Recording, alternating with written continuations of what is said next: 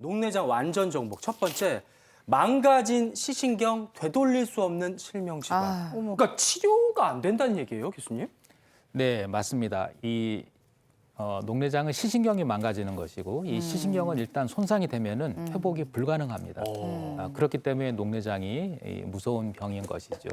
그래서 조기에 발견을 해서 치료를 시작하는 게 필요하고 또 일단 발견된 다음에는 이제 되돌릴 수는 없기 때문에 더 이상 진행이 안 되게 하거나 또는 되더라도 아주 서서히 되게 해서 사시는 동안에 불편을 최소한도로 하는 것이 치료의 목표가 됩니다. 네. 네.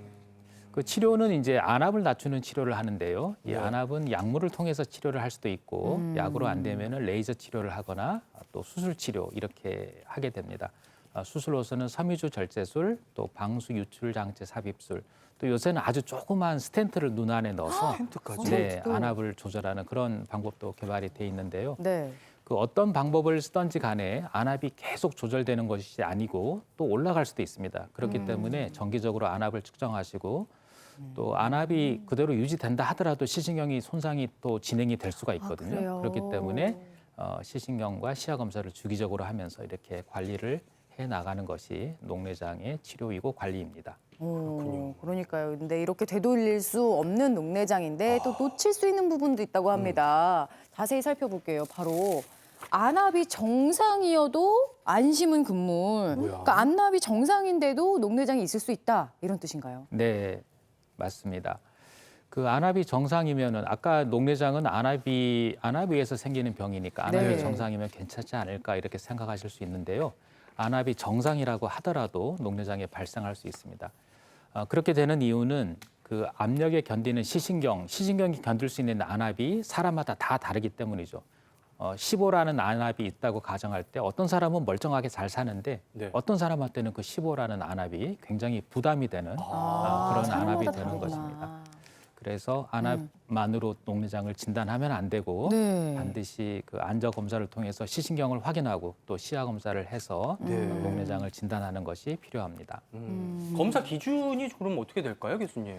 네, 그 녹내장은 이제 시신경 검사를 하는 거죠. 일반적으로 안주 촬영을 통해서 네. 시신경을 보는 방법이 있고요. 조금 자세히 할 때는 빛간섭 단층 촬영이라는 흔히 OCT라고 말하는 그런 검사를 할 수 있고 예. 또 시야 검사를 통해서 시야 결손이 발생했는지 이런 검사를 통해서 녹내장을 확진할 수가 있습니다. 그렇군요. 너무 증상이 없다니까 증상이 있으면 이제 자각을 해서 어떻게 고쳐봐야 될 그러니까요. 텐데 그 너무 걱정이 되는데요. 근데 그 녹내장에 걸리면 그럼 다 그냥 실망이 아니라 실명. 실명인가요? 네. 네, 요즘에 그 정보의 홍수 시대라고 하죠. 그래서 네. 그 인터넷에서 보면은 녹내장에 걸리면 실명한다. 이렇게 이제 명시적으로 표현된 것들이 많기 때문에 실명질환. 뭐 이런 네, 환자분들이 녹내장이라고 진단을 받으면 네.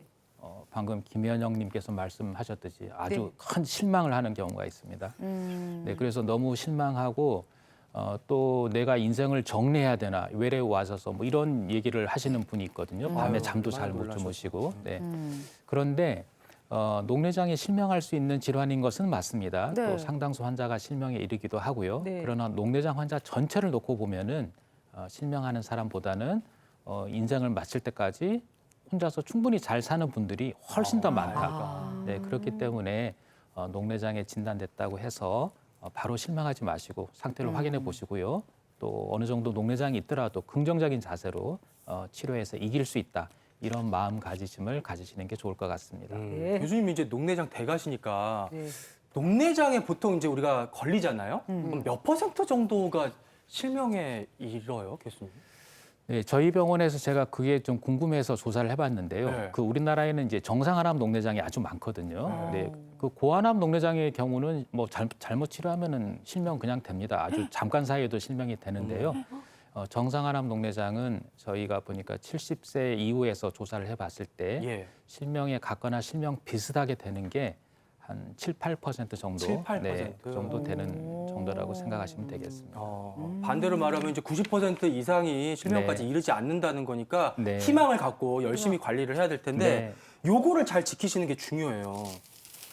녹내장이면 반드시 피해야 되는 자세가 있다. 자세? 뭔 자세가 있을까요? 네, 그 자세가 이제 몇 가지 그 예시가 있을 것 같은데요. 네, 문제를 네, 저희가 볼까요? 준비를 해봤어요. 네. 다음 중 녹내장 환자가 피해야 할 자세와 습관 무엇일까요? 보기가 있어요. 네. 관악기 불기, 거꾸리, 엎드려 자기, 벤치프레스, 한두 시간의 걷기. 네. 어떨까요, 교수님? 네, 저 중에서 마지막 한두 시간의 걷기를 제외하고는 나머지 자세들은 안압을 올릴 수가 있습니다. 근데 저런 걸 한다고 해서 안압이 하루 종일 올라가 있는 게 아니고 그 동작을 하는 동안에 그 그렇죠. 자세를 취하는 동안에 올라가고 또는 그 이후에 잠깐 동안 올라가는 것이지 계속 올라가는 게 아닙니다. 그런데 저런 정도의 안압 상승이 녹내장을 악화시킬 수 있는가 여기에 대해서는 좀 논란이 있습니다. 근데 사실 저런 걸 다 지키려고 하면 그거 자체가 스트레스거든요. 네. 그래서 저런 거에 너무 연연해하기보다는 그냥 큰 영향이 없다 이렇게 생각하시는 게 더 낫지 않을까 저는 그렇게 생각하고 있고요. 네. 그 마지막에 한두 시간 걷기와 같은 유산소 운동은 이 안압을 좀 낮춰주는 효과도 있고요. 네, 그다음에 또 혈액 순환도 좋게 하기 때문에 네. 녹내장 환자분들이 하시면 좋은 운동입니다.